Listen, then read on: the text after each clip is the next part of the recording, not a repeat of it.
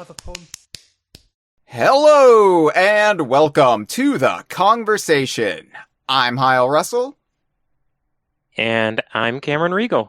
And we are live on Twitch in what's now an annual tradition for the Kongversation and DK Vine. We will be counting down to the new year, 2024, in the homeland of the Donkey Kong universe.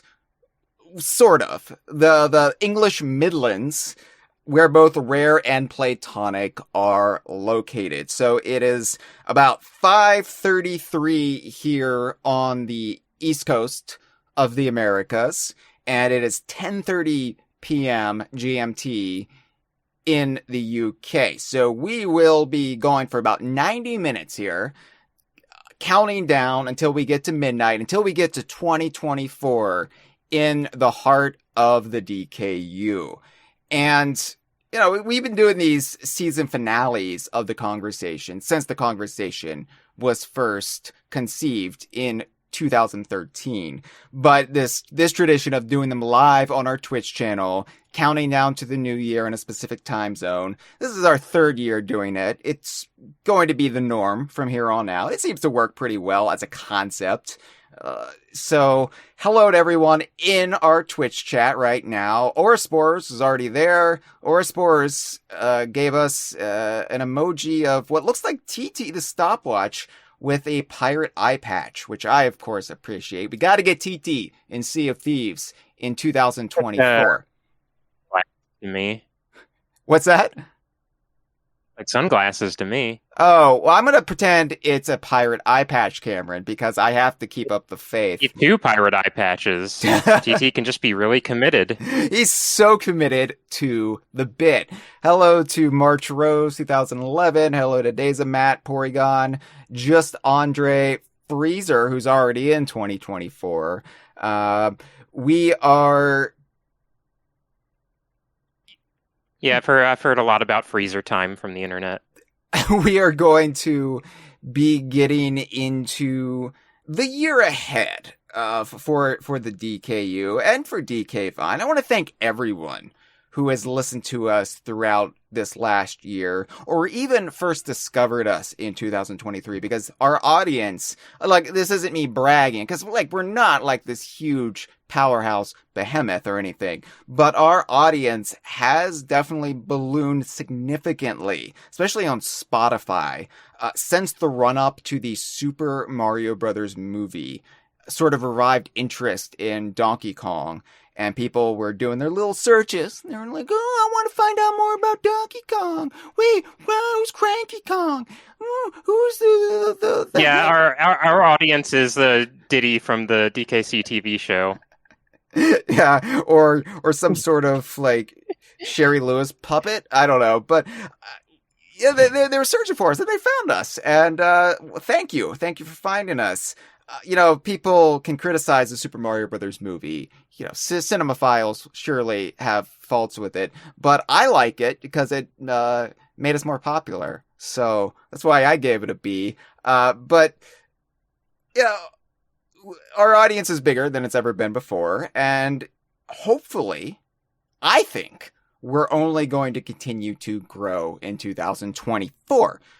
I don't like to quote The Simpsons, Cameron. You know that about me. I think a lot of people who watch our streams know that I am loath to reference The Simpsons, but to quote Disco Stew from off of The Simpsons, if these trends continue, because I don't see any reason why people won't continue to Google the Donkey Kong.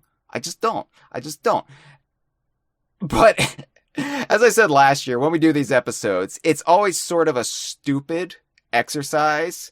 It's basically setting yourself up for failure. I predict this is going to happen. Because I feel like DK Vine and the Kongversation, we're realists, but we've also got a finger, maybe a prosthetic golfing finger, on the pulse of what is coming for the DKU. Of course, some things come that we never see coming, like getting Diddy and Funky in Mario Kart 8 Deluxe. That was not part of our predictions last year. But trying to narrow down in this era of extremely long game development, trying to narrow down what's going to happen in an arbitrary calendar year is stupid, right? I don't like doing it. So why do I do it? Well, it's tradition, but also it does feel, and maybe I'm wrong, but I think we can all sort of feel it in the air tonight, oh Lord, that it feels like we're on the cusp of some stuff, doesn't it? It sort of feels like 2023 was a slow year as far as game announcements, releases for the DKU, right? For Donkey Kong, for Rare, for Playtonic.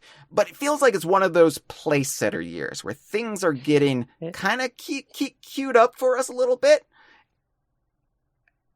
It's a bit weird in that it feels like another one of those years where we didn't get a new Donkey Kong game, but it feels like we got a lot of Donkey Kong, like things adjacent to a Donkey Kong game, and like where the gears are still turning, the machinery hasn't grinded to a halt. But in most years I'd describe like that. The reason I would describe them like that is because we were getting like Mario sports games or DLC DLC like campaigns with Donkey Kong, or Donkey Kong guest appearing in Skylanders. This is a little bit different because it's two of the biggest things this year were starring in an extremely successful film and characters in DLC for a game that has been active for nearing a decade now.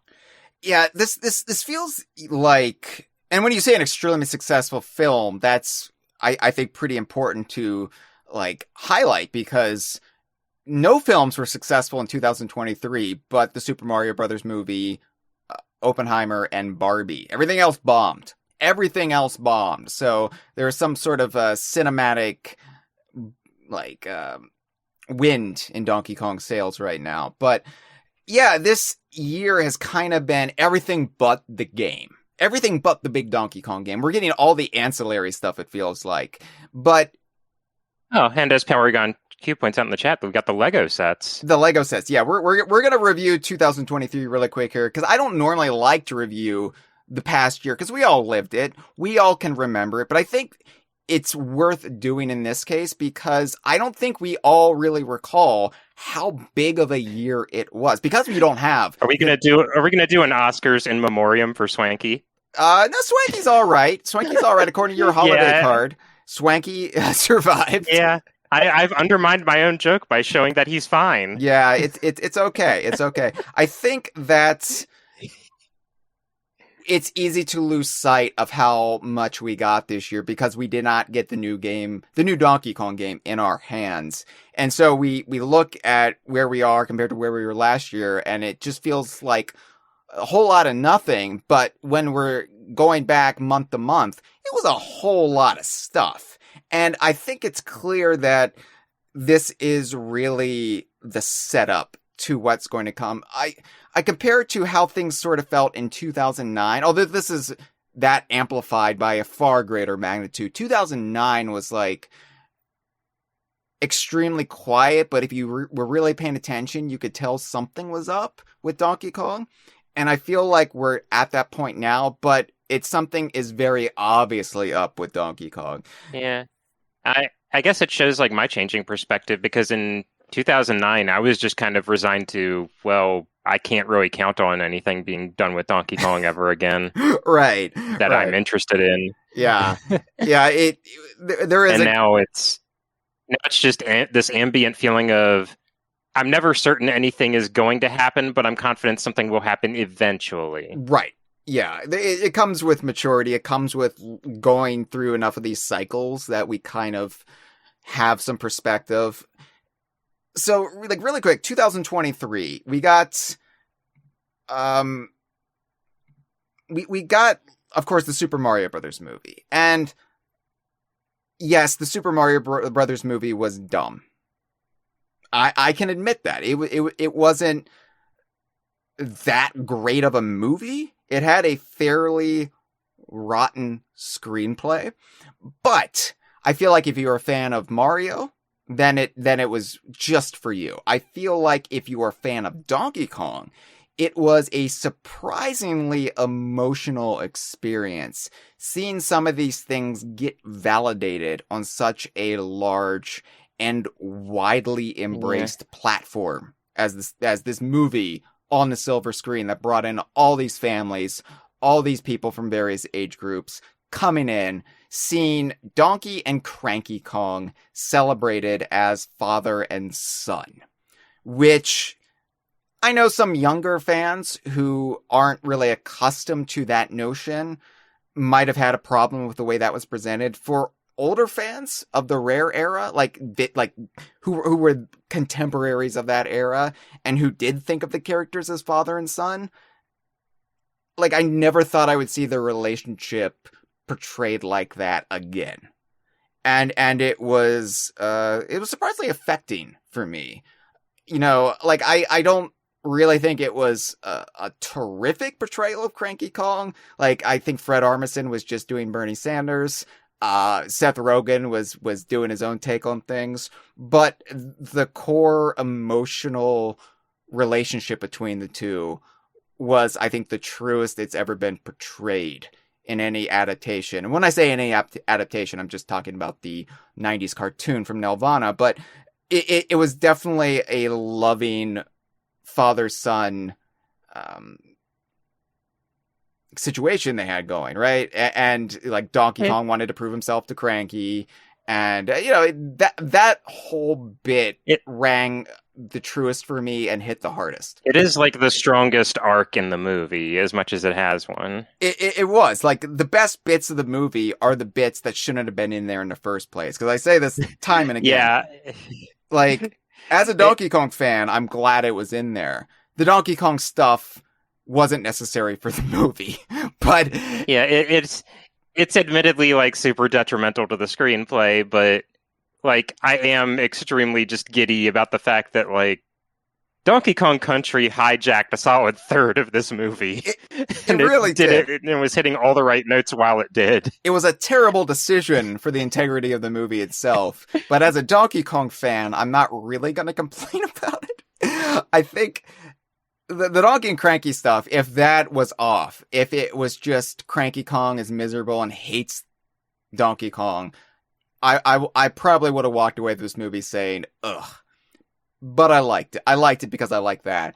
And, you know, the cameos, as superfluous as they were, we got Diddy, we got Dixie, we got Swanky, which we knew about Swanky, but then, like, Chunky was a rather late surprise. We didn't really know Chunky was going to be in there until closer to release. Chunky and Swanky, two characters who, like are aside from like static PNGs in Smash Ultimate, are completely MIA and have been for years in like actual Donkey Kong games. I don't want to discount their amazing arc in Super Smash Bros. Ultimate, where they became disembodied spirits. But it is true. Well, as we've established, that nearly happened with Swanky again this time. Yeah. But it is true. Out of all of the Kongs, they are the ones who have been, along with Kitty to a certain extent, they have been the ones most neglected since the buyout. So for them to get this little shine, I know fans of various Kongs will be like, well, where was Kitty? I know we can make arguments that, oh, that Kong in that Mario Kart sequence was supposed to be Kitty. I don't know. Answer to that is, you gotta keep something in reserve for the Donkey Kong movie. I am certain that's why Funky isn't in the movie.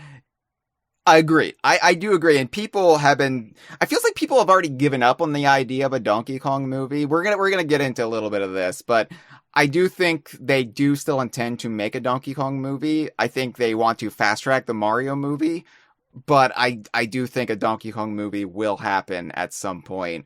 But yeah, I think it really meant a lot to see Chunky Kong, like, in the Ring of Kong sequence.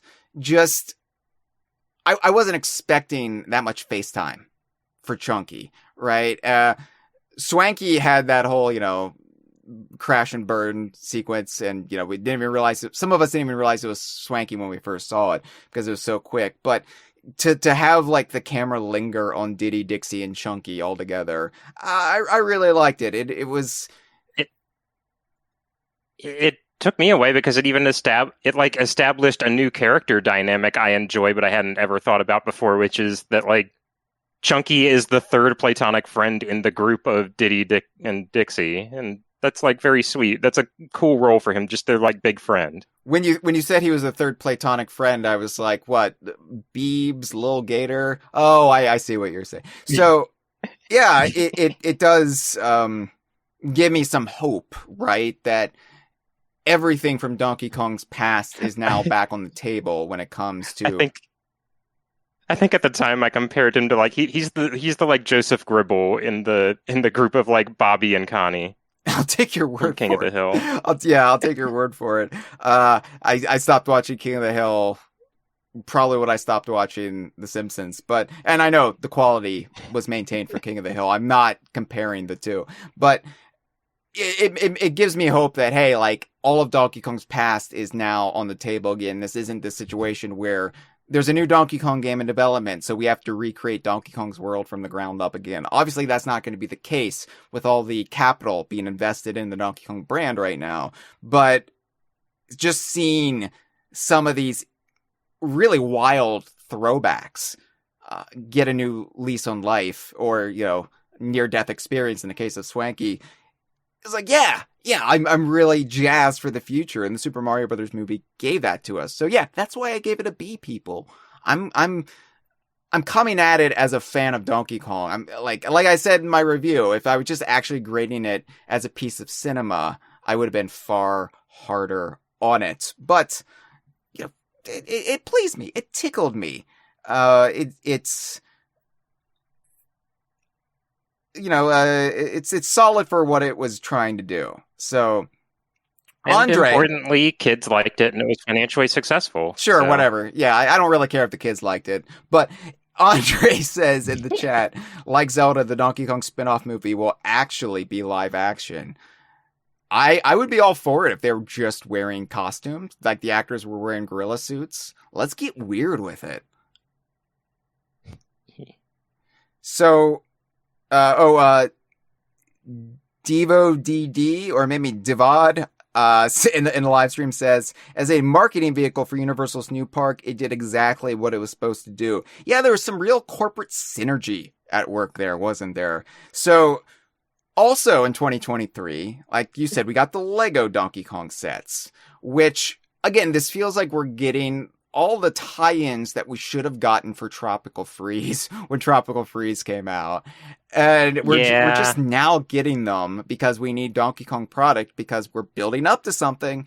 And Tropical Freeze is still the most recent standalone Donkey Kong game. So now Tropical Freeze is finally getting all of the tie-in merchandise it should have been getting long ago. But the Lego Donkey Kong sets are terrific fun. I do have to admit, I still need to finish setting mine up because my problem, and Cameron, you can actually relate to this a bit. My problem was I moved about a month after they were released. And so I didn't really have time. I didn't want to set them all up because then I would just have to disassemble them when I moved. And so then I moved and I got into a DK Vine full-time fugue state. And I haven't been able to really just take the time to build some Lego sets. So I really need to do that in 2024 is finish my Donkey Kong Lego sets. Because as we established on the conversation, Cameron, they are canon. So I need to see how the story ends. I still haven't had the funds to afford any of them, but I'm hoping that they've made so many of them that they're not going to like shoot up in price aftermarket when I finally can. Yeah, I think they're going to stick around for a while at least. I don't think they're going to discontinue them. I mean, the Mario stuff has been like sitting around for several years at this point, and it seems to be not going anywhere. I think the only like Mario stuff they discontinue are like the waves of the standalone like blind box figures you can get. But I think the actual sets have mostly stuck around. I could be wrong there. I'm not a Lego person by nature, so Yeah, but that was a huge story. The Lego Donkey Kong sets. Of course, Diddy and Funky and Mario Kart 8 Deluxe is a relatively recent thing. I don't think we need to go over all of that again. We spent quite enough time discussing it. But when I looked back at our predictions, because I actually listened to the episode we recorded last year for the New Year's forecast, and yeah, it cracked me up how we discussed Mario Kart Tour at a somewhat significant length, but we never discussed Mario Kart 8 Deluxe, the possibility that we would get new characters in Mario Kart 8 Deluxe. And as it turned out, we did get a Donkey Kong variant in Mario Kart Tour, but we never got Cranky Kong. I said last year, if we didn't get Cranky Kong when the movie came out, we probably would never get him in Mario Kart Tour. And I was right. But yeah, the idea of new characters in Mario Kart 8 Deluxe wasn't even on the table until February of this year. And right. Because it bears repeating, when they announced the Booster Course Pass, they specifically said it would only be tracks. Right. So a little bait and switch on their part, but I'm glad they did it, and I'm glad, not complaining anymore. I'm very glad we finally got Diddy and Funky and Pauline. But Diddy was the one we had been lusting after since 2014. So we got that, and of course the unveiling of Donkey Kong Country in Osaka in Super Nintendo World and Universal Studios Japan, coming in spring 2024, and it'll be coming Donkey Kong Country, the theme park subsection, not to be confused with Donkey Kong Country the game, Donkey Kong Country the GBA game, Donkey Kong Country on Virtual Console. I'm starting to... I feel like this is why Nintendo has that stupid practice of saying game for Nintendo Switch at the end of everything they announce. Yeah, not to be confused with Donkey Kong Country Barrel Maze, not to be confused with Cocoa Pebbles Boulder Dash. So we just discussed the Osaka park in great detail, and it's coming on Orlando in 2025. So I don't need to recap for anyone there, but yeah, a lot of stuff was being set up this year, and I think that bodes really well for 2024. So let's get into it, Cameron. Let's get into the actual forecast and what we could be seeing. Now, none of this is us saying this is what we are going to see in 2024, but I do think 2024 is shaping up to have far greater potential than 2023 had. It feels like we're on the verge, and it's just a matter of, will the games be ready? Will they be done? Will they be ready to go? And let's start with Playtonic.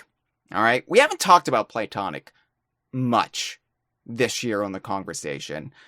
Yeah, there's reason for that, I guess. Yeah, they've been pretty quiet. They have been pretty quiet, and a lot of their social media presence has been promoting the Playtonic Friends games, because what they are publishing from other indie developers has been the full extent of their output, right? I think the biggest thing that happened with Yooka-Laylee characters this year was Trouser in Clive and Wrench early in the year. So, I said last year on our episode that Playtonic was surprisingly quiet in 2022, and lo and behold, here we went again. Here we were again, another year of almost radio silence.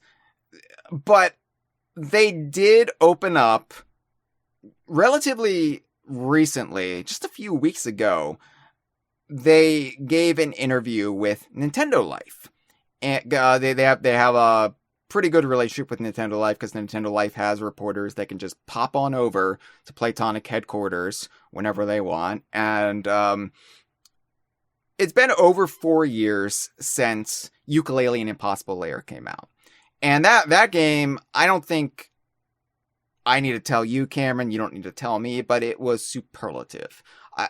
For all of the doubts some people had about Playtonic after Yooka-Laylee and Impossible Lair proved that they can make a top-tier game that is not only a nostalgic throwback, but also does some pretty innovative stuff with the genre it's throwing back to.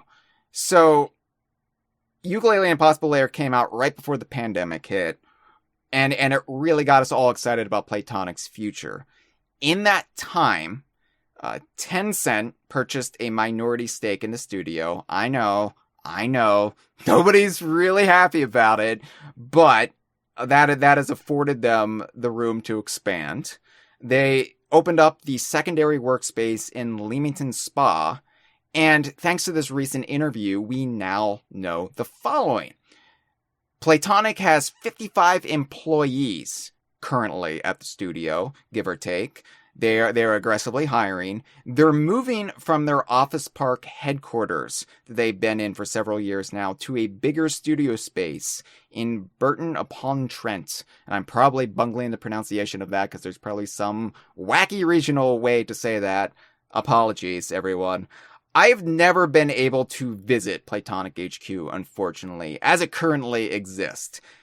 And I'm happy that they're moving to a bigger space, but I'm kind of mourning, because I really like this idea, this stupid notion that you had this, like, studio creating these throwback games to the 90s in this, like, weird, depressing, Wernham Hogg / Dunder Mifflin style Office Park purgatory, like just under these really draining fluorescent lights. And I just love the idea that this is where they're making their googly-eyed mascot games. And I don't know, there's a certain charm to that, now that they're actually moving into what, your stereotypical startup tech workspace. I'm just like, oh, it's a shame. I like them being in this just random office park with these other businesses, but good for them.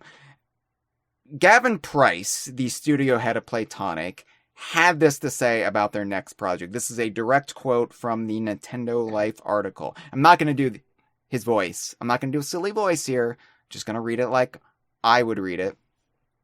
I've always loved being surprised, and I've always loved surprising people. And I think that's something the industry's lost a bit, to be honest. I think everything has to be known of and marketed and hyped to such an extent that you almost get fatigued when you start playing the game, and you don't seem to play. I personally don't play things through as much as I used to. I always feel like I've already played halfway through before I've started, and then I get to a certain point in the game and I'm done. And I think I'd love us to just surprise people, whether it's through an announcement, whether it's once they get their hands on the game, there being something about it that they didn't quite realize. I really look forward to those moments. So, yeah, Cameron. Yeah. That's a sentiment I can really sympathize with. People who know me personally will know this. I am extremely spoiler averse in that where you show me I will reach a threshold where you've shown me enough of your game and I don't want to see anymore because I want to have those unique discoveries when I play it.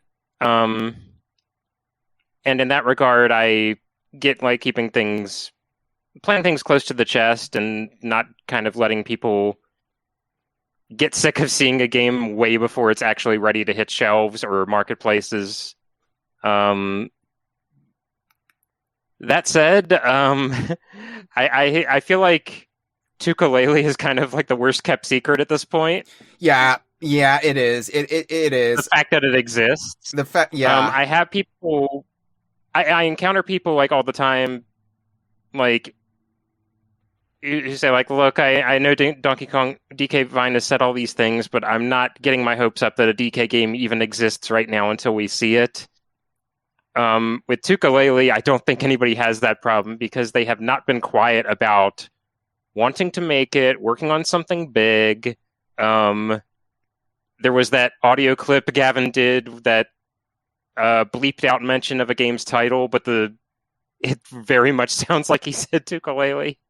Yeah, there's the fact that Nintendo Life, speaking of Nintendo Life, extrapolated from the interview they did with the gamesindustry.biz or something, where they extrapolated that Gavin was saying that Tooka-Laylee was in development. They ran the article. Playtonic retweeted that article and then quickly unretweeted it. So it is the worst kept secret in the world. We've already kind of just thrown up our hands and say, yeah, it's Tooka-Laylee. Yeah. And I mean, they did a whole developer commentary series where they are constantly saying, like, well, next time we'd like to do this. yeah. And implying there's a next time. It does sound like they are really, really trying to deliver on this one. You know, the same quality they cooked up with Impossible Lair in the full-throated 3D platformer sequel of the original. And similar to making a, like, not quite in as dire a place, but I think similar to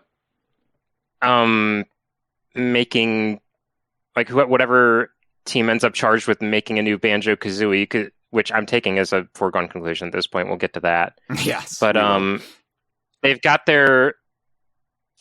of got their work cut out for them with a Yooka-Laylee, a direct Yooka-Laylee sequel, rather than what Impossible Lair did, where it kind of went off in a different direction, because, and this is something that I feel like already impacted Impossible Lair negatively. Yooka-Laylee kind of had a rocky reception, and to have a new game like come out swinging, immediately knock people. You want it to come out swinging and immediately knock people's socks off, and just completely cast any of the shadow hanging over the first game aside. Right.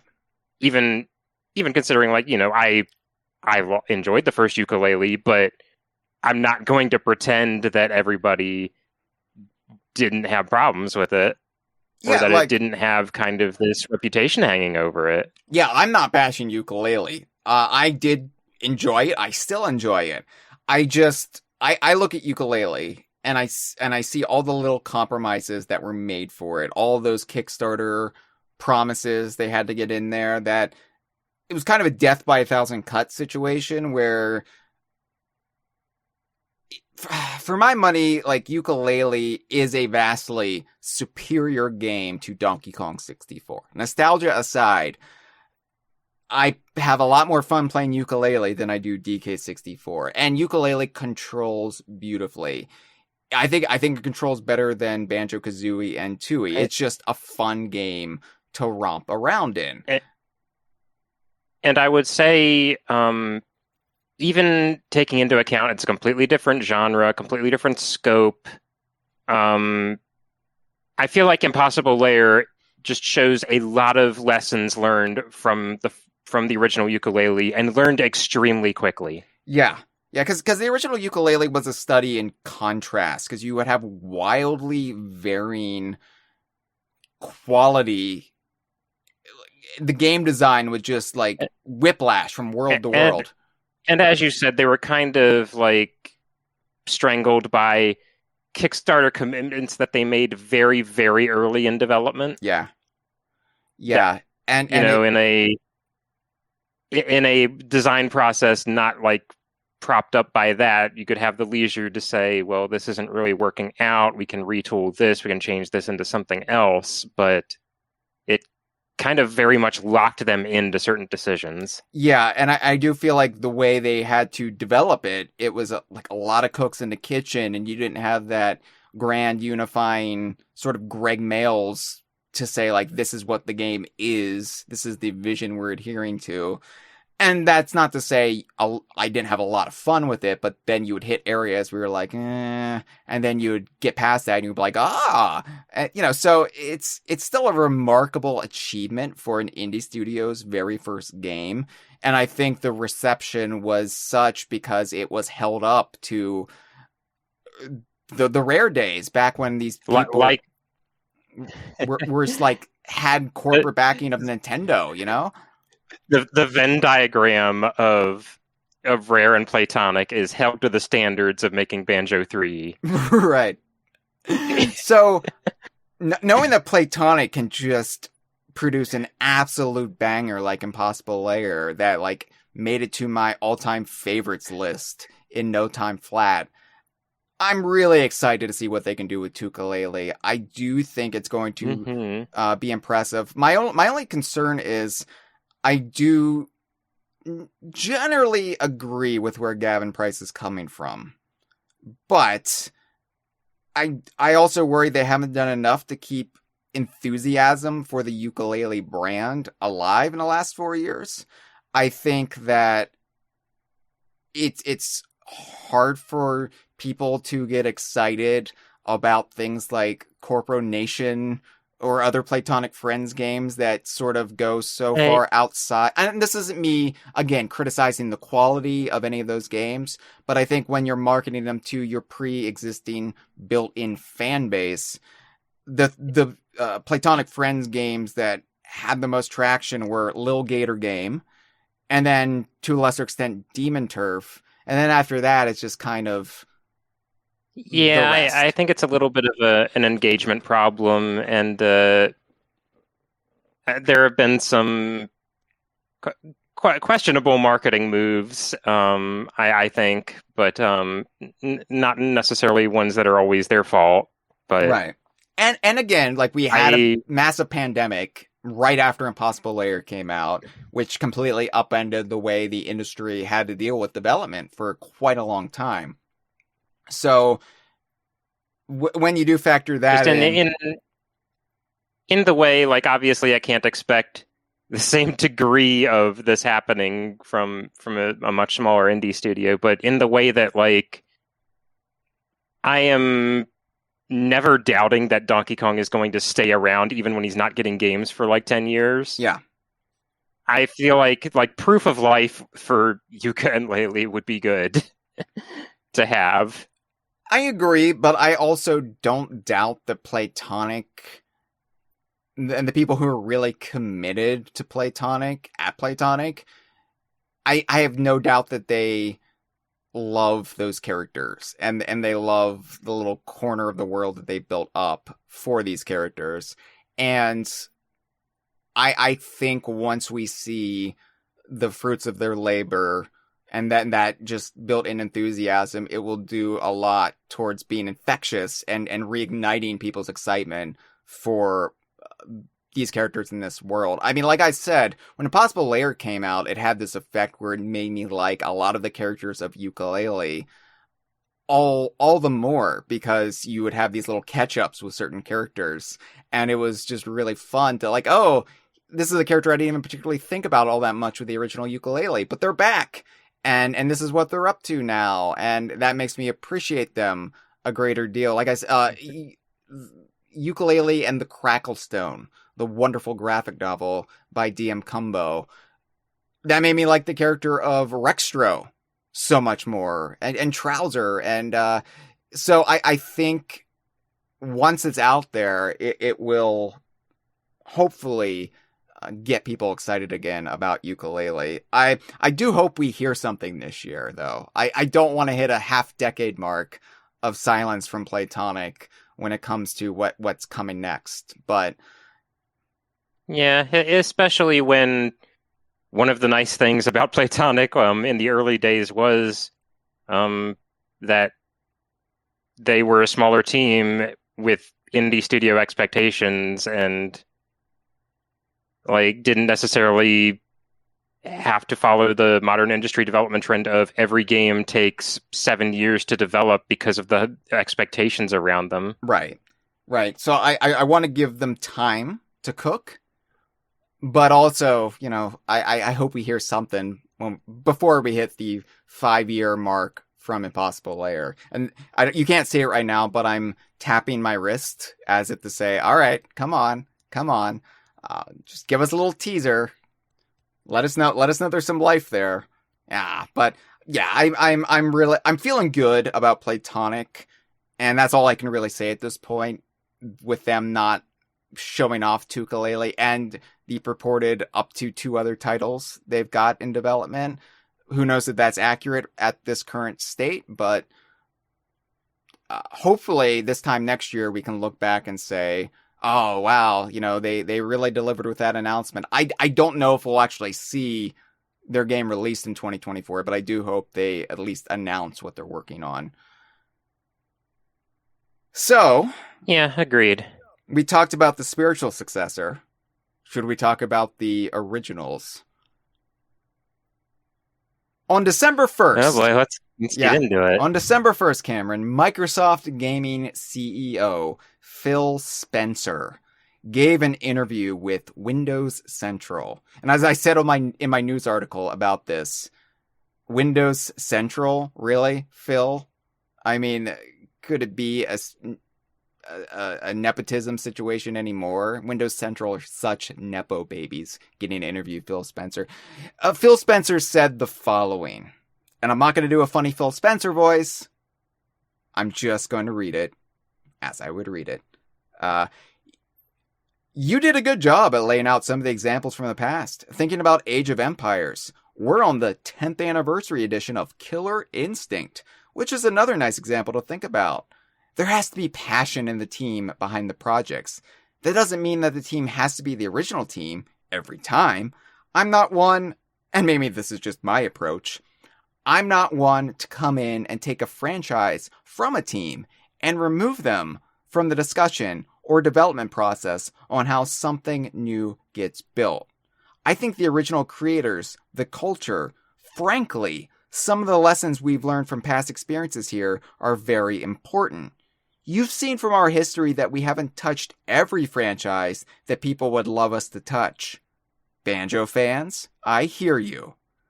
But it is true that when we find the right team and the right opportunity, I love going back to revisit stories and characters that we've seen previously.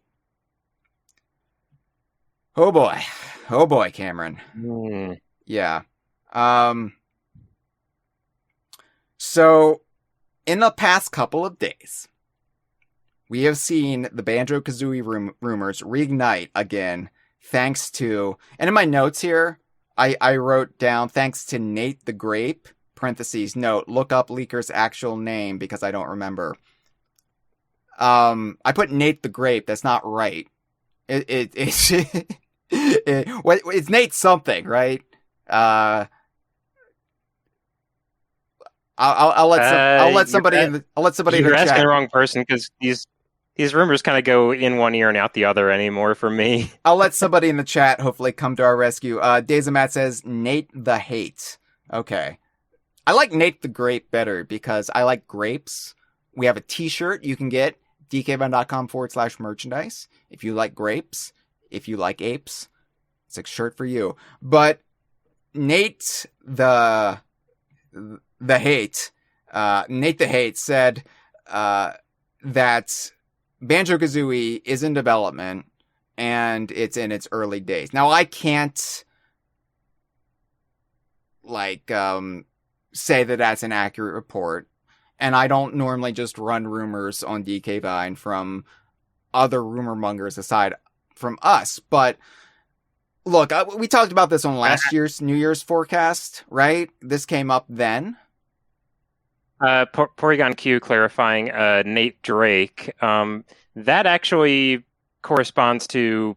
I had to do some digging to look up this screen cap from what I assume is a Reset Era or something. But yeah, it has the awkward like fan art model of Banjo and Kazooie next to it, which I really wish wasn't circulated as part of this because I feel like people are just going to see that and assume those are official designs and not like them and raise hell about it. Yeah. So Nate the Drake. Yeah, Nate Drake, like Nathan Drake from Uncharted. It's also his avatar. Oh, so it's not. Okay, so it's not the Uncharted guy. It's not Tom Holland who's actually saying this. It's a Nolan North. So last year we talked about this, Cameron. This came up on our New Year's forecast 2023. And I said something to the effect, this isn't verbatim, but I said I was going to make a bold prediction. And I said that it wasn't based on any insider knowledge. So don't take it as me, Hyle Russell, getting the scoops and sneaking them to you in a little cone. This was just me being a fan of the DKU for 28 years, Banjo-Kazooie for 24 years then, and just having a gut feeling. And I said that something was in the works for Banjo-Kazooie, something within Xbox Studios, probably through an outside studio.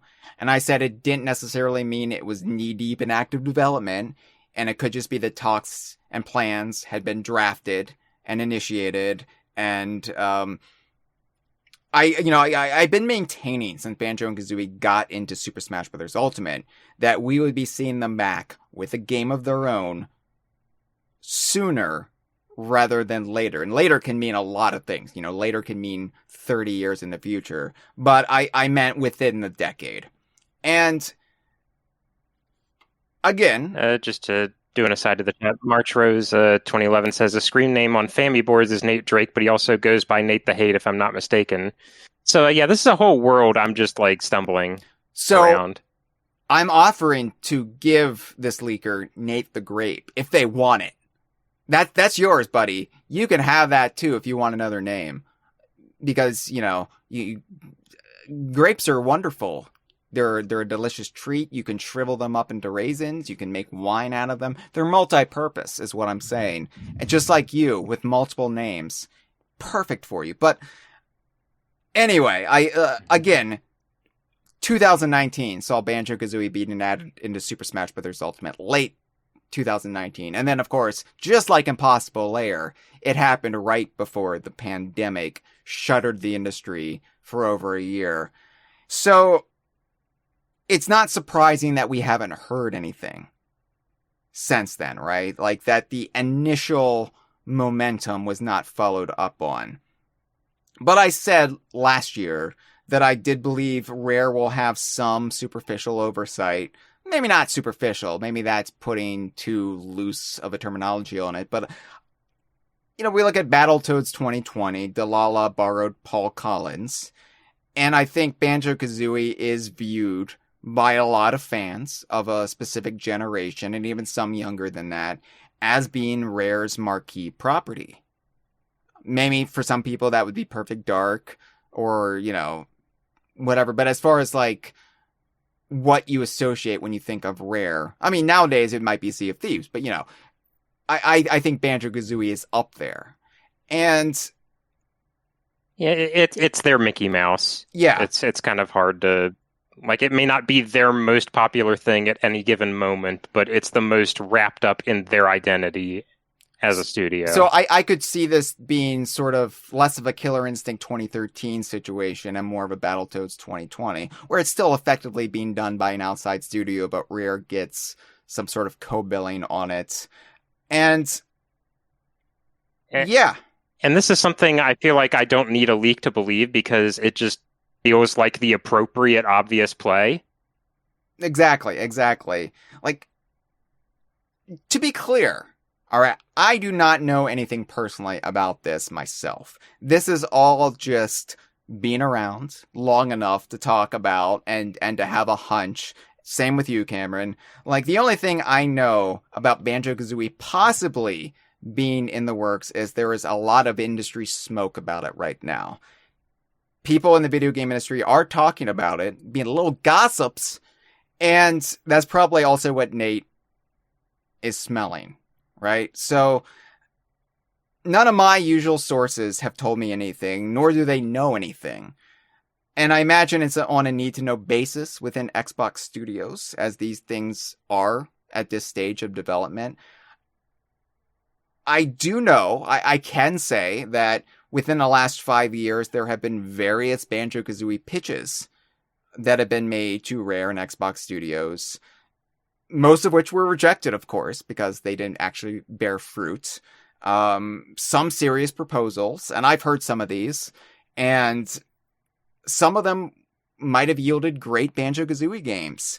Some of them didn't really excite me much for a concept for a Banjo-Kazooie game after all this time. Like, for example, a prequel to the original Banjo-Kazooie. I'm like, not really. I'm not really interested in that. I just kind of want to catch up with the characters now, thank you.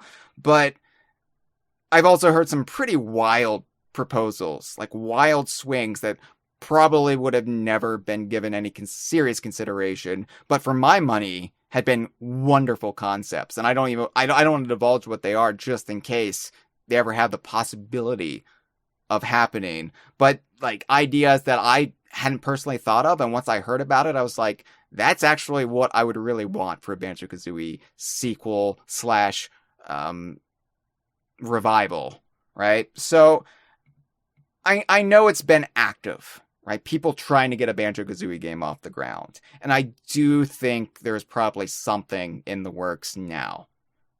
It would be shocking if there wasn't. So, you know, and in the works, like, meaning at least, like, being discussed, I would say. I would even be so bold as to say we're past that stage. Because I don't think Phil Spencer would have invoked the name of Banjo if there wasn't some headway being made there. Like, I know advocates at the very least. Mostly I'm tempering expectations because I don't want to paint a picture of, oh, there could be screenshots tomorrow, because I don't think that's where we are. I don't think it's at that stage yet. No. I know advocates of the modern console wars love to paint Phil Spencer as some sort of cartoonish figure, like some imbecile, some, buddy who just sits around in their diaper eating their own poop. Or some Bond villain mastermind buying up the entire video game industry from their volcano lair. But I think we can all agree he's probably a pretty savvy guy. And I don't think he would have brought up Banjo-Kazooie if there wasn't some sort of plan in some stage. At the very least, he seems very, like, at least to what I paid attention, pretty good at not stepping in it when he has to give these very extremely calculated PR responses. Yeah. And this just like this is a third rail you do not touch. Is bringing up Banjo-Kazooie in any capacity. Right. So I think on some level he'd have to know that you got to put your money where your mouth is. In the chat, Andre asked a prequel. So someone pitched a Diddy Kong Racing remake. Boy, I wish. I would have had no problem there. No, I don't know how the actual chronology would have shaken out, or if it would have even acknowledged Diddy Kong Racing. Maybe a midquel between Diddy Kong Racing and Banjo-Kazooie. I don't know how the specifics, or even if it got that far. But yeah. I think that I'm feeling pretty confident about Banjo-Kazooie now. I can't say with any certainty, unlike Donkey Kong, that, yeah, something's in the works right now. But I do think we're far, far closer now than we were a year ago. And I can keep saying that every year, and it's plausibly true. But I do feel pretty confident now that, yeah, there's something happening with Banjo-Kazooie, and it's just a matter of time before they're ready to reveal. Like, I don't want it to be this thing where it's like Perfect Dark's revival, where they reveal it and then nothing.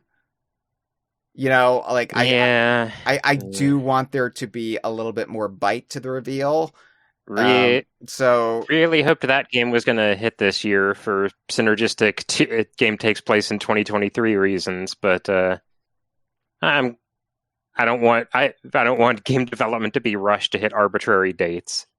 Like we've said before, like this was the 25th anniversary of Banjo-Kazooie, but there was no way that they were going to arbitrarily tie into that. The studios only bring up anniversaries when there's that kismet, when there's that convenience of, oh, hey, we have this ready to go and we can tie into this, or we can repackage something really quickly and get it out. Yeah, there have been times the studio does greenlight something to be a milestone celebration, like Rare Replay, but those cases are few and far between. Right. So, I wanted to talk a little bit about Sea of Thieves while we're on the subject of Rare. And how you think Sea of Thieves is going to fare now that it will have some genuine piratical competition with the talk about a game that's been long in development, the release of Skull and Bones in February. So Ubisoft has been even courting some of the bigger Sea of Thieves streamers to kind of come over to their side. Like, oh, look, Skull and Bones. Look, you can kill hippos in our game. Come on over. Cameron, like, I know Skull and Bones it's not a one-to-one comparison, right? Skull and Bones isn't just a bigger, badder Sea of Thieves. They play completely differently. Yeah, and ignoring all of the things I could be cheeky about, like it being in development hell for so long, or me honestly still like side-eyeing that release date and saying, yeah, sure. Mm-hmm. Skull and Bones, at least in its earliest footage we saw, was trying so hard to be a completely different kind of game from what Sea of Thieves is. And I mean, my reaction to it was like, well, I don't really have interest in this because what I saw in Sea of Thieves, I don't see here, not because of like a quality disparity, but because of just my specific tastes. And I feel like that will be true for Sea of Thieves as well. You might have some people jump to Skull and Bones. You might have people start with Skull and Bones because Sea of Thieves never appealed to them in the first place. But Sea of Thieves has such a set-in audience at this point, and it's not like it is a dead game. It's still getting constant content updates and rollout. Yeah. And has that built-in audience that followed it this far, because Sea of Thieves had that core appeal to them that I genuinely don't think there's anything to worry about. The industry can enjoy two cakes. I agree. Like, I think there might be some drop off from Sea of Thieves when Skull and Bones comes out, but at this point, Sea of Thieves is an institution for Xbox. It's almost been around for 6 years now, and it's got a dedicated player base. I think some of the like players who play it for just that hardcore PvP, pew pew, now you're dead style gameplay might be attracted to Skull and Bones, but I think the personality of Sea of Thieves, I think the impishness of Sea of Thieves that Rare has cultivated, I think that will continue to hold a loyal and true audience. So I'm not that worried about it. Let's be real. Some of those streamers being courted by Ubisoft are also making money streaming Sea of Thieves, so yeah. They've gotten incentive to stick around. Now, Ubisoft knew better than to ask me, right? Because, it's not going to be DKU, so they didn't come dumping up the money truck to me. No, they needed to strike when the iron was hot, and that was right after you played Donkey Kong Adventure. Right.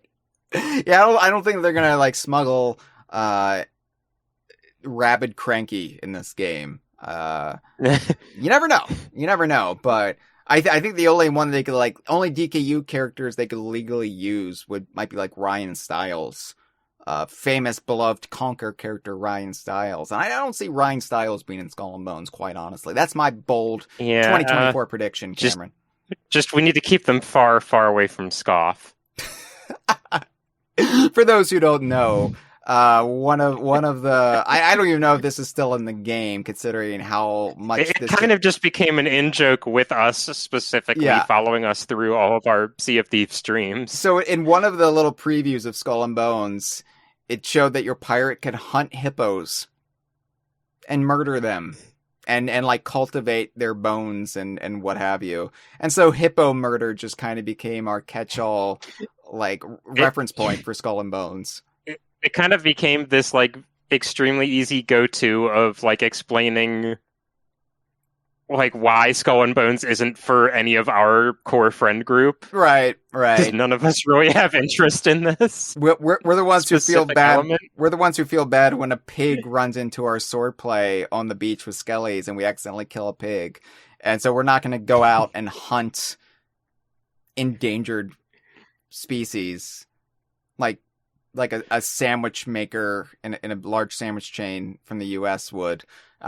So yeah, I like I said, I'm not that worried. I think Sea of Thieves has done a good job, one, building its audience and keeping it loyal, and two, Skull and Bones not being able to come in relatively early when Sea of Thieves was still new and take away its thunder. I think Skull and Bones being in development hell, it hasn't missed its window per se, but I do think it let Sea of Thieves kind of entrench itself. So, at least with the Xbox audience. So, I'm not that worried about that. Finally, before we move on from Rare, Cameron, Everwild. Do you have any bold statements to make about Everwild before we move to Nintendo?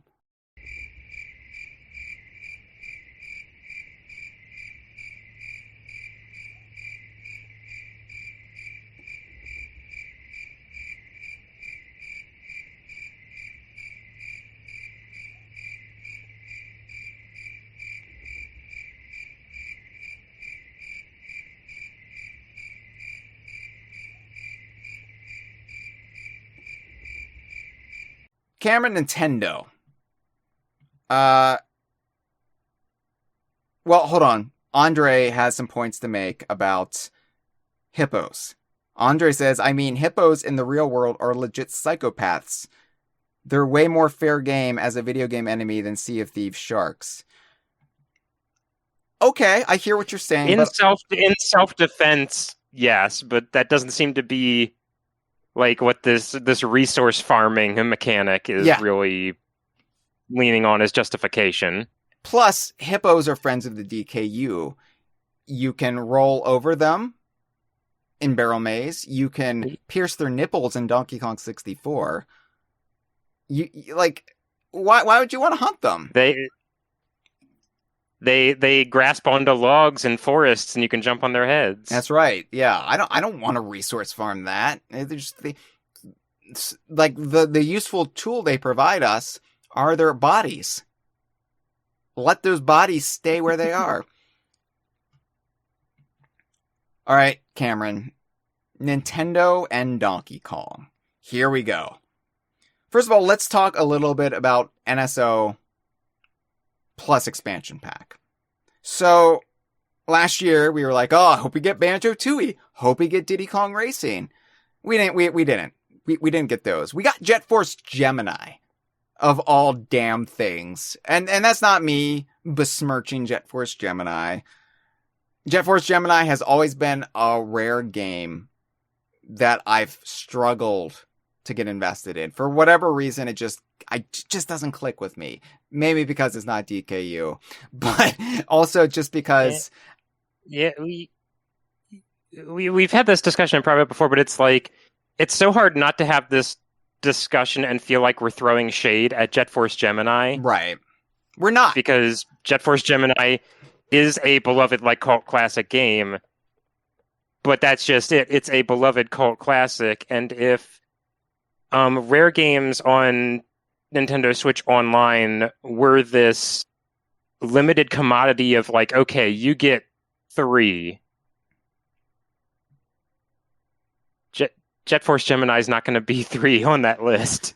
No, and that's why it was so surprising. Like, for one thing, I was happy to see it. Because, you know, in the back of your head, you're thinking, even if Jet Force Gemini is not the Rare game from the N64 that I want on NSO Plus expansion pack, I'm still happy it's there, because it does mean, like, why would they go to Jet Force when Banjo-Tooie's right there, when Diddy Kong It feels Racing? like, it feels like a sign of, if they can cast the net this wide, then like most of the games I want on NSO from Rare should have nothing to worry about. Right. Like, I could still see, knowing our luck, the possibility that we just never get Diddy Kong Racing. This golden, ripe opportunity to bring back Diddy Kong Racing. I could see us not, like, just completely blowing past that. Just like the opportunity to put Virtual Boy games on the Nintendo 3DS came and went. That's exactly my go-to thought. That's like the standout example of all the stars aligning to do something and Nintendo looking the other way. Right. Yeah.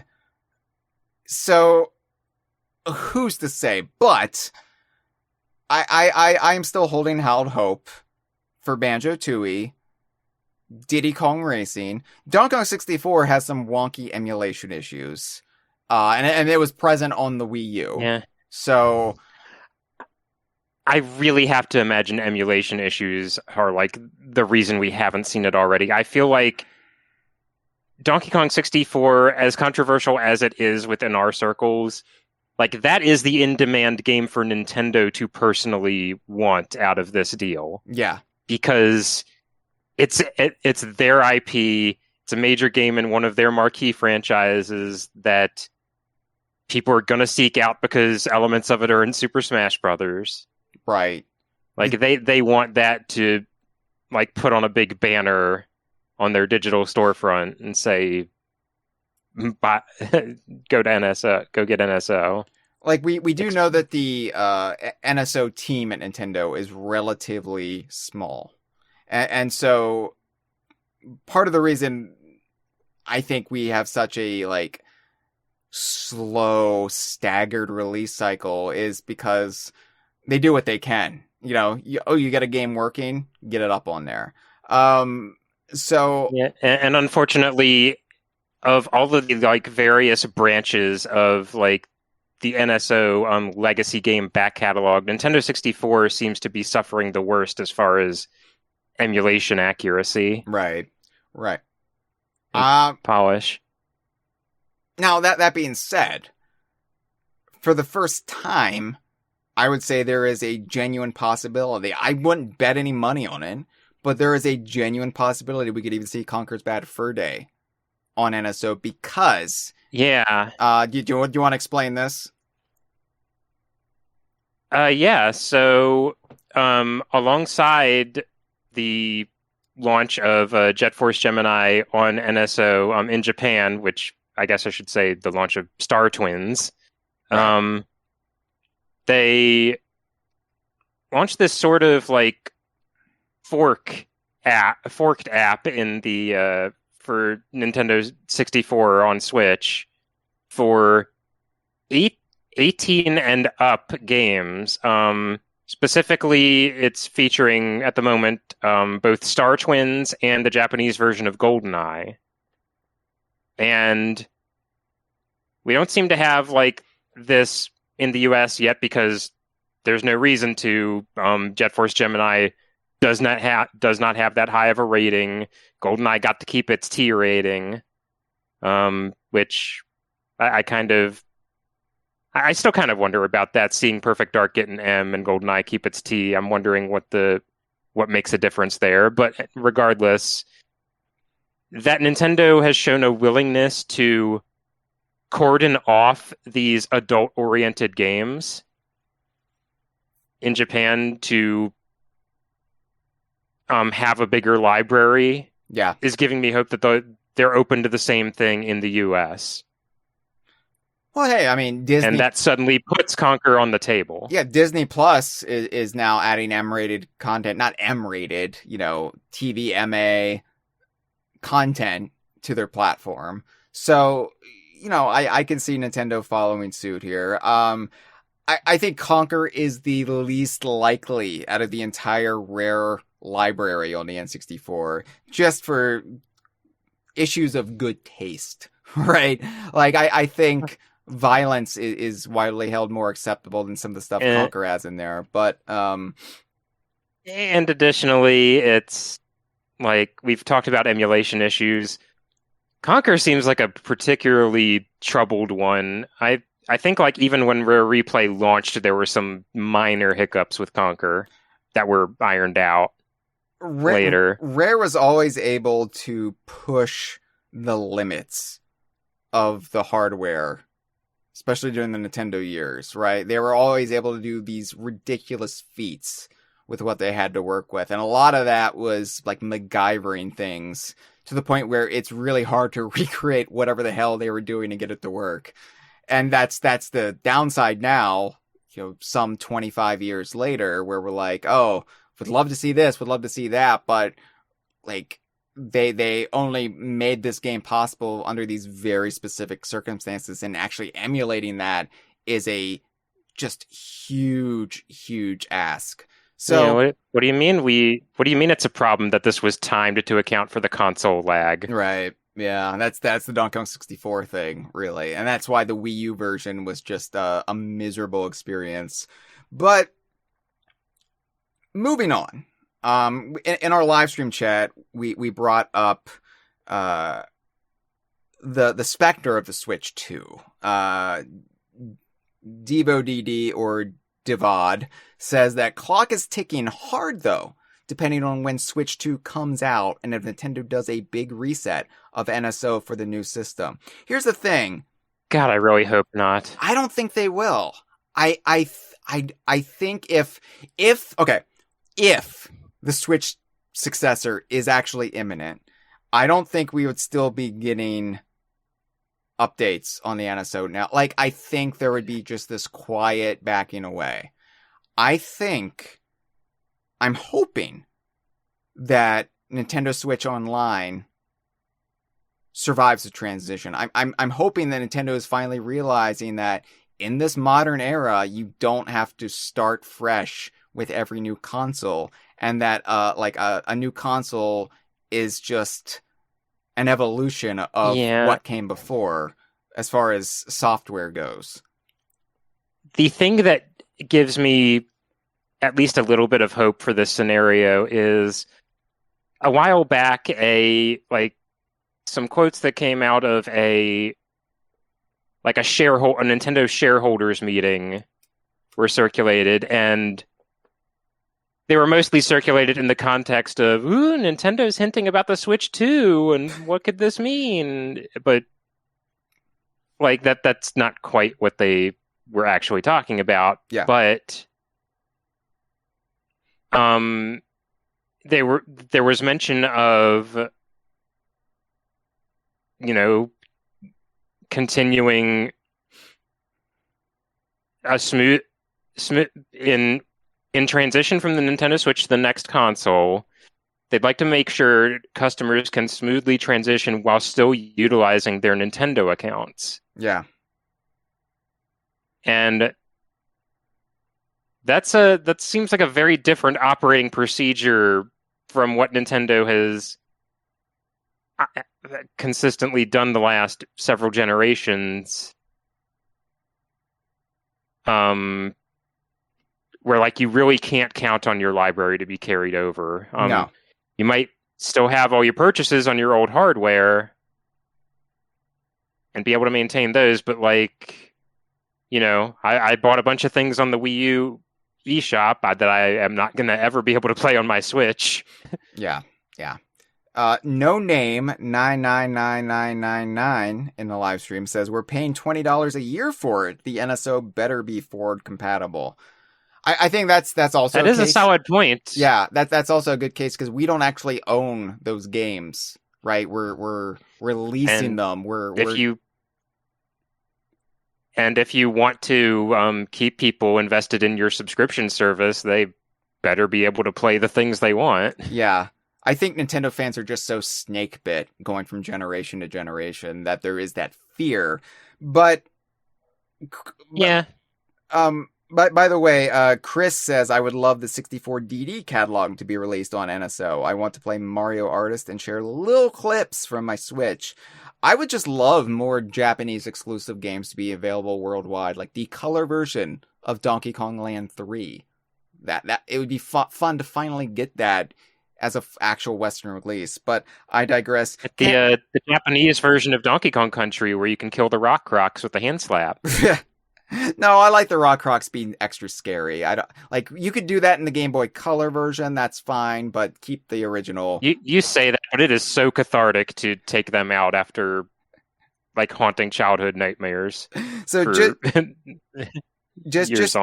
just to remind everyone, we are about 13 minutes away from the new year, from 2024 in the UK. So we will continue our discussion of Nintendo and Donkey Kong. But when midnight comes, we need to do our big countdown and, wish everyone a happy new year. And then we can go back and finish our discussion before the end of the episode. So we're not just going to cut off once midnight hits in the UK. So yeah, let's talk a bit about the Switch successor, because this is what really generates clicks.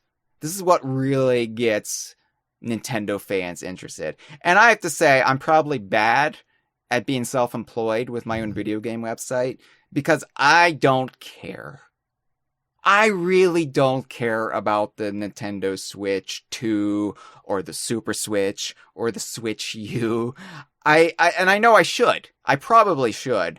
But I'm perfectly content with my Switch. Maybe that makes me a freak. I don't know. But I think a large part of it is that we never got a standalone new Donkey Kong game on the Switch. And so there's part of my soul that isn't ready to move on from the Switch. So I don't really care. I don't care. Like, I don't want to have to buy a new console. I just got a Series X. Give me a break. I don't want to have to buy a new Nintendo console as well. And like, have to do the whole thing where, oh, it's out, but you're not going to be able to get one for 2 years unless you shiv somebody in Walmart. I don't want to do that. I don't want to shiv anyone.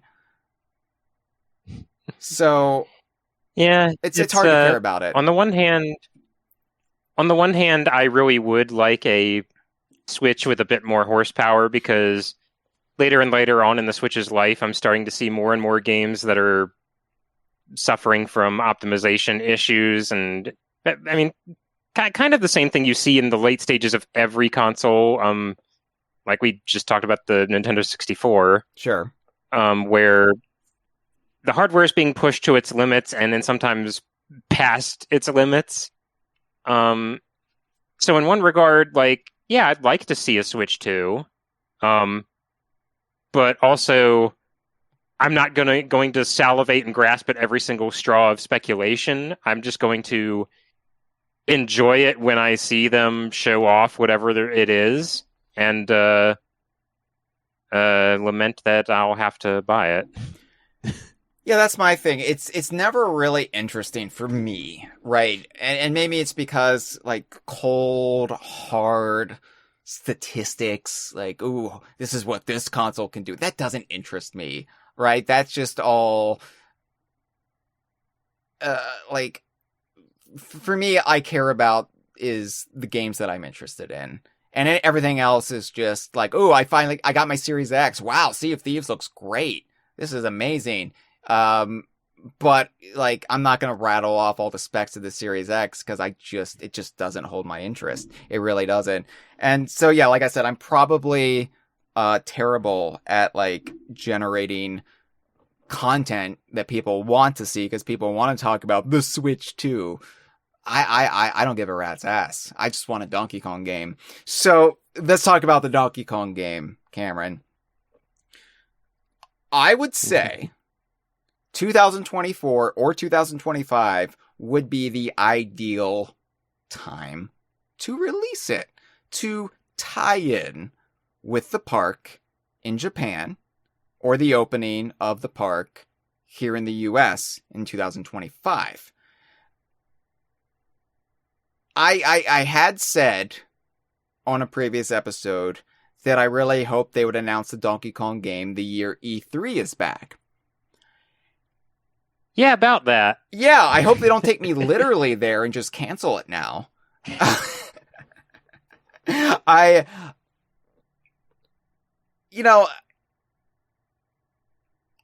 I've said all I really have to say at this stage about the Donkey Kong game in development. I've explained why I don't know anything more about it. It's because my sources were cut off the second it went overseas and development stopped here in the US. So I don't know anything about it. I don't even know if it's actually still being developed at Nintendo EPD. I assume it is, because I don't see why that would change. But, it has been a good, solid 5 years since I last heard anything about it. So I don't know. But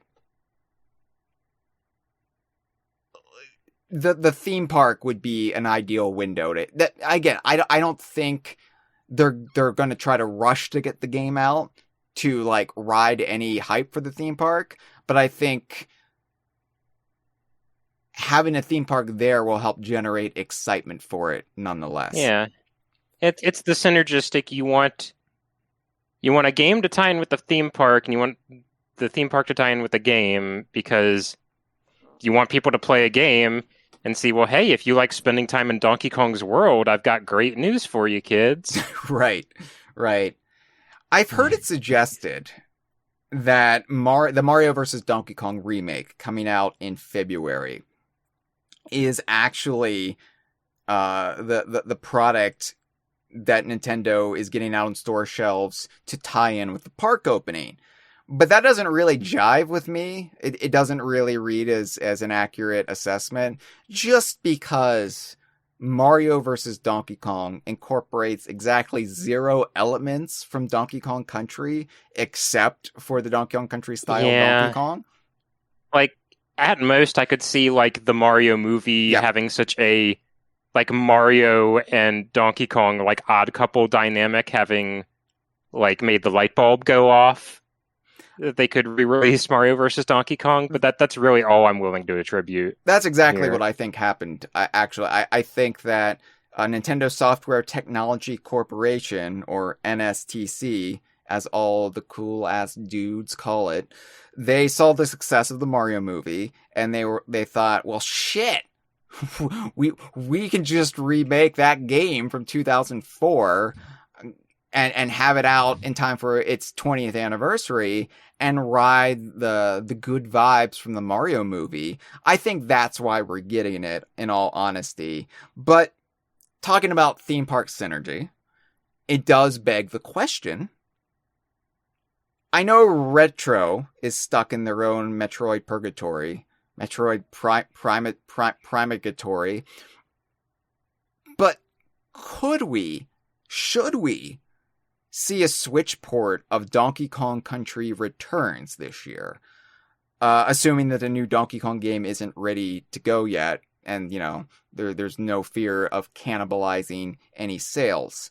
Because if ever there was a year to do a waggle-less version of Donkey Kong Country Returns for relatively modern hardware, I would think this coming year or next year would be the time to do it, right? Yeah, and if playing Donkey Kong Country Returns again with the Idaho crew has taught me anything, it's I would really, really like to be able to play this game on a display that has a larger vertical resolution than 240. It's ridiculous, because I look at your streams of it, and I'm like, what's wrong?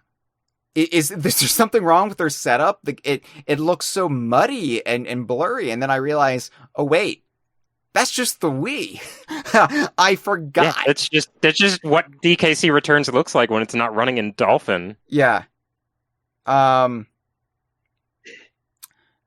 Chris in the live stream says, by the way, you guys are currently being backed by Rick Astley, who's playing the New Year's Eve show on BBC One for some reason. I was really confused there for a second. I was like, I read that as we are currently being hacked by Rick Astley. And I didn't know why he was on our Twitch channel. Yeah. Porygon says a Returns port feels likely. I don't want to say it's likely, because if I know anything about Nintendo, it's that the obvious thing is never what they want to do. But you have all of these Donkey Kong Country Returns elements, not even Tropical Freeze elements, right? Donkey Kong Country Returns elements baked into the DNA of the theme park. And I just find it fascinating that it's a game that will be over 13 years old when the park launches in Japan, over 14 years old when the park launches in Orlando. And I'm like, yeah, you're gonna have a core audience of like 10-year-olds who don't know who the heck Tiki Tong is. Right. So Tropical Freeze for Switch was great. It would be nice to have the entire retro duology on there as well. and to give us maybe a definitive version of Returns without the waggle, because the biggest problem is, the version that doesn't have a waggle is Returns 3D, which of course you sacrifice frame rate and graphical fidelity for playing it more traditionally and the new levels. So yeah, and I would hope that those new levels make it into a theoretical Switch port, even though I'm kind of not the most confident they would. No. So yeah, I'm kind of hoping we get it. Even if the new game does come out this year, I'm hoping it's just going to be one of those Mario situations where here's just all the Donkey Kong product. This is what we're releasing this year. We're all about Donkey Kong this year.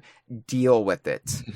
We're coming up on 2 minutes to the new year, Cameron. So let's keep going. But I'm gonna interrupt us come hell or high water here. As far as the new Donkey Kong game goes, I have to laugh at all of the hot and spicy takes out there. Not Mitchell's take. I know I said spicy, and that's his thing, but there are a lot of people. There's a lot of befuddlement out there about why Nintendo and Universal are investing all of this capital in a Donkey Kong expansion to Super Nintendo World when Donkey Kong isn't a big brand, when it isn't a hot enough brand. Why are they doing this?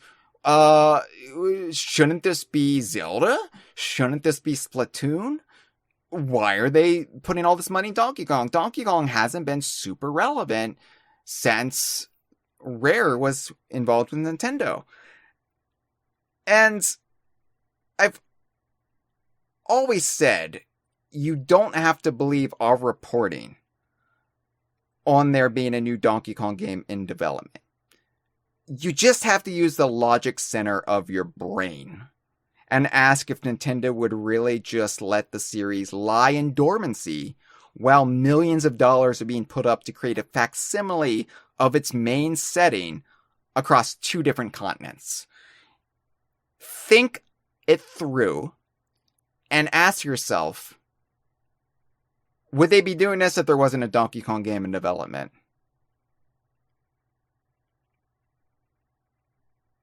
So, there's a Donkey Kong game. It just doesn't make sense to have DK be a dormant franchise when they're doing all this. No. Okay, we're coming up on, I'm going to start the countdown now. 10, 9, 8, 7, 6, 5, 4, 3, 2, 1. Happy New Year! Happy New Year to all of our friends in the UK, to Rare, to Playtonic. We got to sing the song, Cameron. We got to sing the traditional New Year's song. All right, you ready? You know how it goes. Should old game characters be forgot and never brought to mind? Should old game characters be forgot? You should read DK.com. Yeah. All right, we got that out of the way. Happy New Year to everyone in the UK. And if you're listening to this and you're already in 2024 and have been for hours now, hope it's been treating you well. Is there a new Donkey Kong game? Let us know in the comments if Nintendo's released a new Donkey Kong game yet, because you would know. You're already there. It's just, okay, so we're wrapping up here, don't worry, but I wanted to finish my point about this, about where the Donkey Kong series and fandom kind of sits as we head into the new year. I often gripe about this. It seems like the general Nintendo fandom, and maybe this isn't just Nintendo fandom, this is just the fandom I pay the most attention to, and so I see it.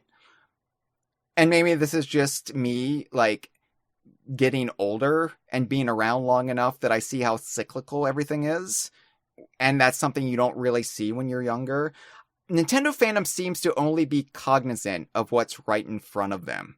The only reality that a lot of the online consensus seems to believe in is the reality that just happened. They can't seem to think or see beyond what Nintendo has done in the immediate past. They think that the immediate past of Nintendo is the absolute future, forever and unchanging. So there hasn't been a new standalone Donkey Kong game in 10 years. That means that Donkey Kong is a dormant brand, just absorbed by Mario. I like to bring up this analogy, because whenever I think about this book from about a decade ago now. It's a book I saw in the bookstore, and it was called The Rise and Rise of Lady Gaga.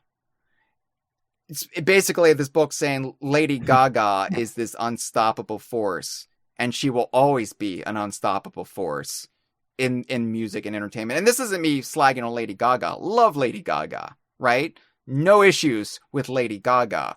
But it's this kind of tunnel vision of the immediate now is the forever future. Like, who's to say that Lady Gaga won't have a huge scandal that brings her down?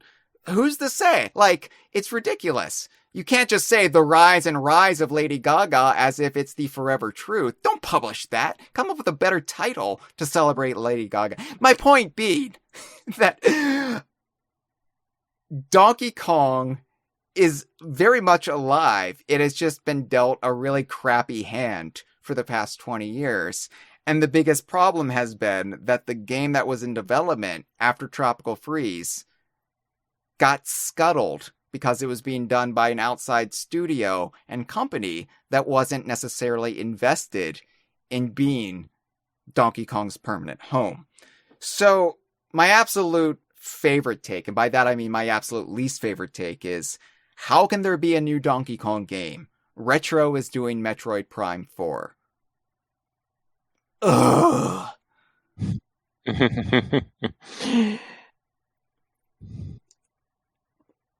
The wonderful thing about this, Cameron, is that it's going to soon be out of our hands to generate constant hype for Donkey Kong. Not that we are the only ones out there who do it, but sometimes it feels like we have to generate enthusiasm when there's not a lot to talk about. And we have to kind of keep that torch alive, at least with the hardcore, the most hardcore of the hardcore Donkey Kong fandom, right? The great aspect of the park is that it will be an infinite generator. It will be constantly creating new Donkey Kong fans, even without a new game. There hasn't been a new standalone game in a decade. The height of Donkey Kong Country Mania was, in fact, 30 years ago in 2024. 2024 is the 30th anniversary of the original Donkey Kong Country.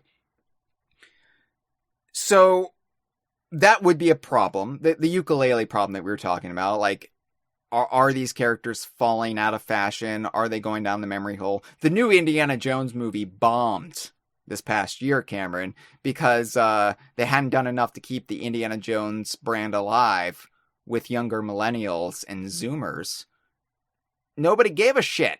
So they didn't go see old man Harrison Ford getting grumpy about some sort of dial. And is that also Donkey Kong's fate? Donkey Kong Country, which was heavily homaging an Indiana Jones movie. Well, here's the beautiful thing about Donkey Kong Country existing as part of Super Nintendo World in Japan and in the US. People will just go to Universal Studios now, and they will fall in love with the characters and the concepts of Donkey Kong.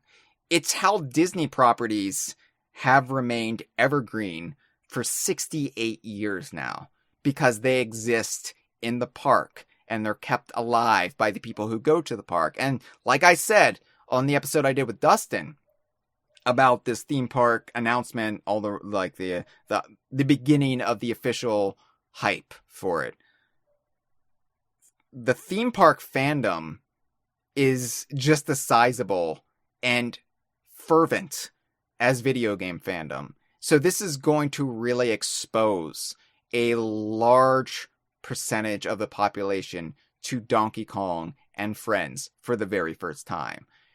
And so we don't have to really worry.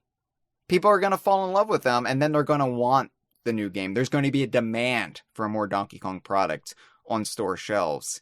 And we don't have to do a damn thing. We don't have to talk about Troff and Scoff piercing their nipples. We don't have to talk about how technically Conker is a Donkey Kong spinoff, which means technically Ryan Stiles is a Donkey Kong universe character. All the nonsense that we go on and on and on about will be irrelevant because people will just find it and they'll say, this is pretty cool.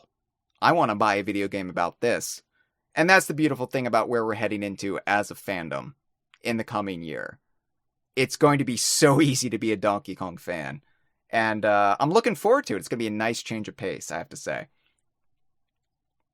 Mm-hmm. Days of Matt says, Professor Chop's fans are becoming dozens after the park. So... let's hope not. Let's hope there are limits to this theory. No, Professor Chops, I'm fine with you. Just get a better render. But they didn't. They didn't even create a new model for him, Cameron. We see all of these new models for the characters in these theme park ads, and yet they use the same stupid render of Professor Chops on the tote bags. I hate it. Yeah. I hate it. Mixing renders that are like a decade apart drives me insane, and it keeps happening. Chris has a question. Question for Hyle and Cameron. By the way, we're gonna interact with the live stream for a few more minutes before we call it wraps here. It's only fair now that we're done prattling on about our own nonsense. So if you have a question, come at us now. If you're watching on Twitch, question for Hyle and Cameron: what 2024 wish would you have for fandoms that aren't DKU? I hope you don't complain if they announce a new Donkey Kong game. Let us have this one. No, Cameron, do you have a serious answer to that? I'd like to hear literally anything else on Perfect Dark. Not literally anything else. I'd like to hear good news on Perfect Dark. Yeah, although I still feel like that it's not DKU, but I still feel like that has some Venn diagram interest in the DKU fandom, so I think that's cheating, Cameron. I think you weren't entirely honest with Chris's proposal there. Andre is asking about circumcision. I'm circumcised. Yeah, my parents did it. You know, had I been born a little bit later, I probably would have avoided the scalpel, but you know, I am. It's a good look. It's a cute look. Marge Rose I don't remember circumcised being one of the pigs in Yooka-Laylee. Marge Rose asked, will Hyle finally watch Shrek? I'm gonna be probably rejiggering the Patreon tiers. Maybe that can be the new high-end Patreon tier. Well, as I've learned on this episode, I need to start yelling at him to watch King of the Hill. Days of Matt ask, if they port DKCR, do you think they're going to add new content? It's probably going to be bare bones, because I imagine Retro would be involved, and I imagine they have their hands full already, so I don't think it's going to have too much new. I would guess it also depends on, like, is this going to be like a complete overhaul like the Mario vs. Donkey Kong remake, or would it be like an up-res port, kind of like the Zelda games have been, or like DKCR running in Dolphin? Mm-hmm. Yeah. And I think trending toward the later is probably more likely. Yeah. I just want it, because I do really like Donkey Kong Country Returns. I have my criticisms about it, obviously, but it's a game I do have a lot of love for, and honestly, at this point, nostalgia for. So I would really love to play it in an easily accessible fashion that's not on my 3DS. So, yeah. I feel like I would probably have like more consistently warm feelings about Donkey Kong Country Returns if I didn't have to go out of my way to replay it again. That's right. We're getting questions about if Scoff and Troff are cut. Can we just nix the circumcision discussion? I mean, maybe we'll do a conversation episode about it. We'll just go down a list of every character in the DKU. But right now, this is not how I want to end season 11 of the conversation. Porygon asked, if they announce a Tooka-Laylee, what's the feature you'd want to see most? Surprise I'd like me. for the goldfish in Dr. Puzz's bowl to tap the glass 3 times. Yeah. Steve Mails was furious that didn't get in the original Yooka-Laylee.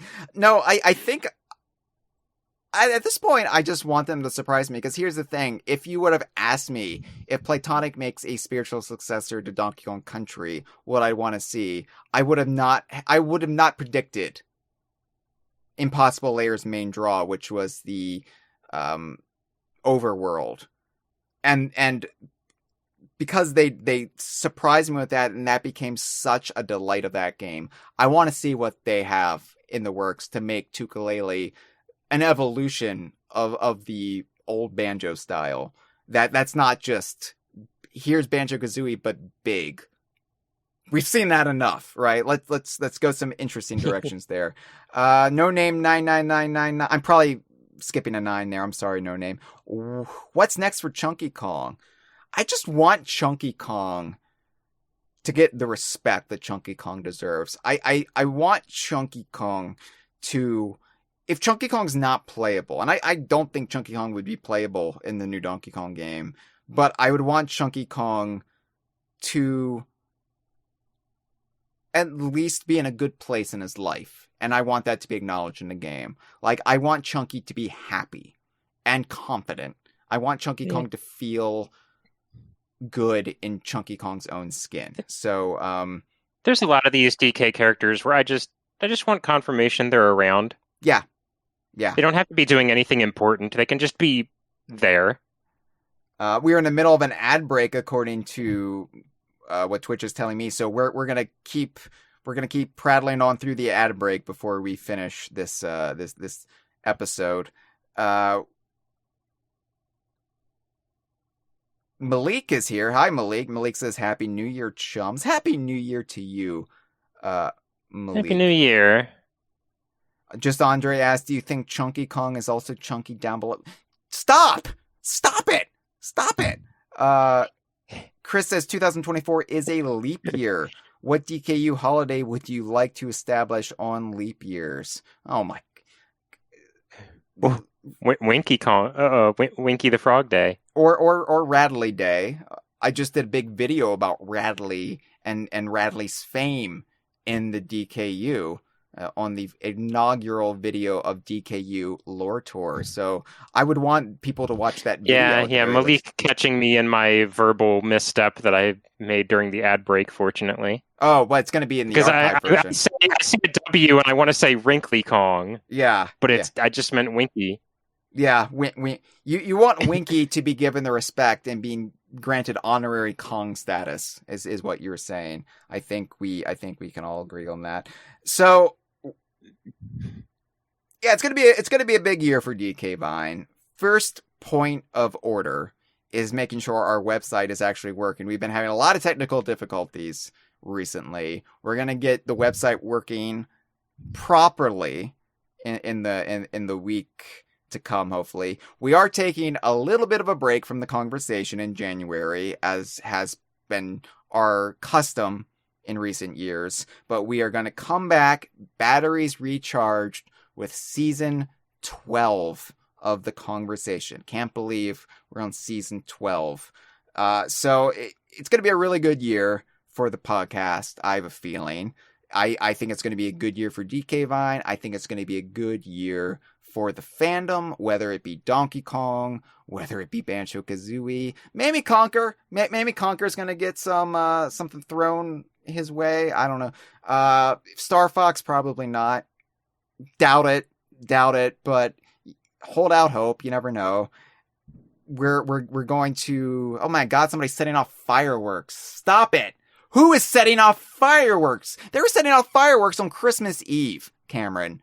Past midnight, they started setting off fireworks in this neighborhood. And I'm just like, I live in a dystopia. I really do. But it's fine. It's fine. It's going to be a good year. It's going to be a good 2024 for the DKU. And thank you all for a tremendous 2023.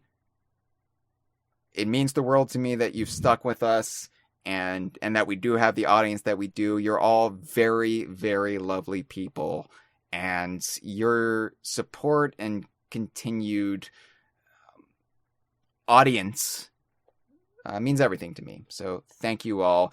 Have a good new year. We'll be back very, very shortly for a new season of The Kongversation. We're going to have so much in the way this year. What do we have coming up this year? Oh my God, the spotlight episode for Donkey Konga. I can't wait.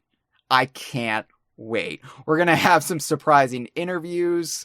I'm going to line up a lot of interviews this year. We're going to start getting that bucket list ticked off. And I don't just mean the character witness for Leaky.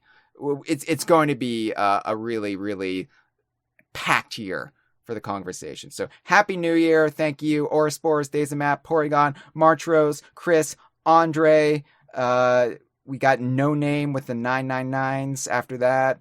We got Malik was there, Devo DD or Devad. We've got Freezer was there. I'm forgetting people. Did I say Days of Matt? I don't know. I'm terrible with names. This is where it falls apart. I better just end it now. This has been a File 2 production. Que rico.